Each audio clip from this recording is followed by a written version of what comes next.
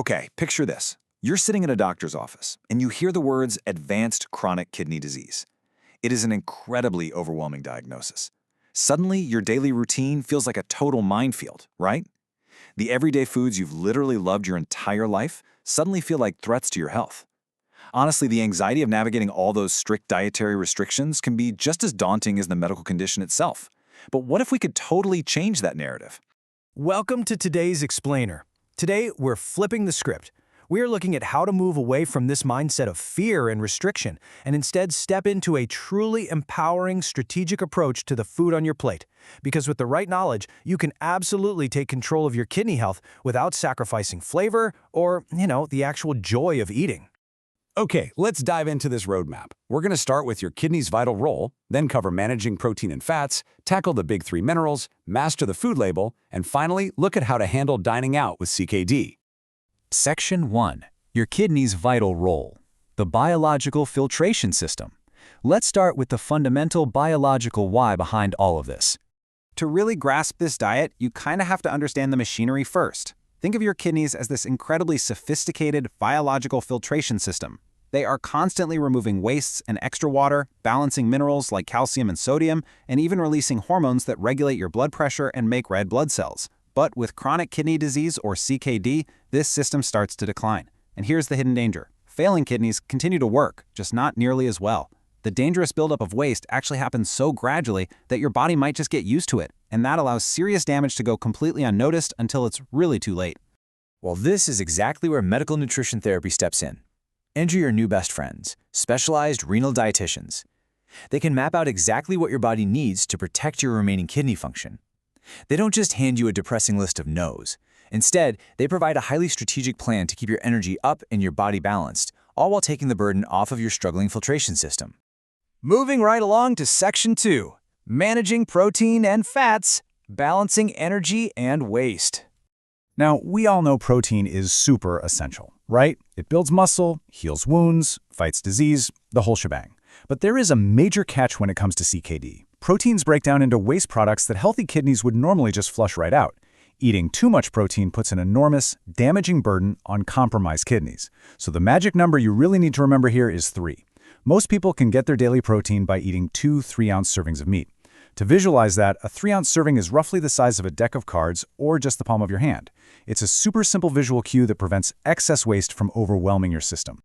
All right, let's talk about fats. This is absolutely crucial because folks with CKD are actually at a much higher risk for heart attacks and strokes.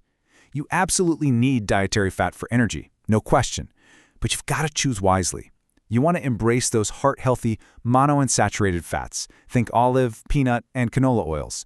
On the flip side, you need to aggressively avoid the saturated fats found in butter and red meat. Oh, and definitely steer clear of the trans fatty acids hiding out in French fries and commercially baked goods. Why? Because those are the exact fats that actively raise your cholesterol and clog up your blood vessels. Section 3. The big three minerals. Sodium, potassium, and phosphorus. These are basically the 3 primary villains that start accumulating in your blood when your kidneys lose their filtering power. Now, what's really interesting about this breakdown is how specific the damage from each mineral can be. Sodium, for instance, makes your blood hold on to fluid, which severely strains your heart. The easy swap? Ditch those canned soups for homemade and trade salty snacks for unsalted popcorn. Then there's potassium. A buildup here causes serious heart rhythm problems, so you really have to limit things like bananas and potatoes and choose apples or boiled cauliflower instead. Finally, phosphorus.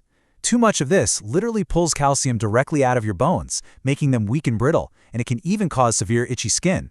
Swap out dairy and dark colas for liquid non-dairy creamers and sherbet. I really want to emphasize just how powerful these simple choices are. Making a straightforward swap, like grabbing a crisp, low-potassium apple instead of a high-potassium orange, melon, or banana, is quite literally helping to keep your heart beating regularly. You aren't losing out on fruit. You are just being strategic and picking the ones that protect your heart. Makes sense, right? You've also got some sneaky preparation tricks at your disposal. For example, you can significantly reduce the potassium content in vegetables simply by boiling them in a pot of water. But wait, here is a really surprising trap you need to watch out for. If you are trying to cut sodium, do not use salt substitutes like new salt or also salt. They actually replace sodium with potassium, which is incredibly dangerous if your body can't eliminate it. Section 4. Mastering the food label, your dietary decoder ring. We are taking the biological rules we just talked about and applying them directly to the grocery store aisle. Let's move to the grocery store and see how this builds step by step. Step 1 is always checking the serving size. This dictates absolutely everything else on the label. A low-potassium food easily becomes a high-potassium danger zone if you accidentally eat 3 servings of it. Step 2 is checking that percent daily value. And step 3 is reading the actual ingredient list. If you see potassium chloride listed anywhere in there, put it right back on the shelf. That means it has a high potassium content, totally regardless of what marketing is on the front of the box. So the absolutely crucial point here is memorizing this percentage rule for your daily values. When you look at a nutrition label, 3% or less is considered low. That's your safe zone. Once you hit 6% to 9%, you are in the high zone. And anything over 9%, meaning over 300 milligrams per serving, is very high and should trigger an immediate red flag. Keeping this simple percentage rule in your head literally puts the power back in your hands. Which brings us to our final section, number 5, dining out with CKD, navigating the menu. Because, let's be real, a CKD diagnosis absolutely does not mean the end of enjoying restaurant meals with your friends and family. And this brilliantly illustrates the whole dining out dilemma. Look at the beautiful shrimp pasta. Just ask for an oil-based sauce instead of a tomato one and you're totally safe. But then look at the guacamole. It seems like the ultimate healthy appetizer, right? But avocados are absolute potassium bombs. It is literally a healthy food in disguise when you have CKD.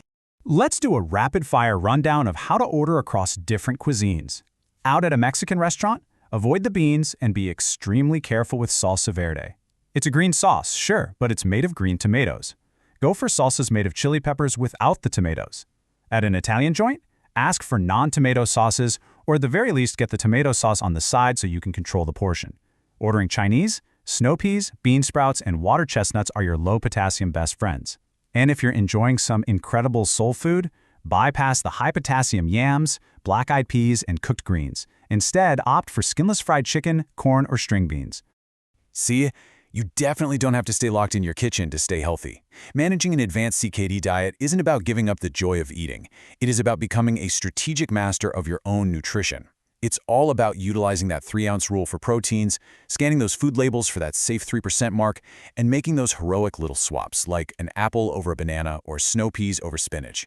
You are completely capable of protecting your kidneys while still enjoying really incredible food. So I'm going to leave you with this exciting thought. With the right knowledge and a few smart swaps, what delicious, kidney-friendly meal will you conquer next?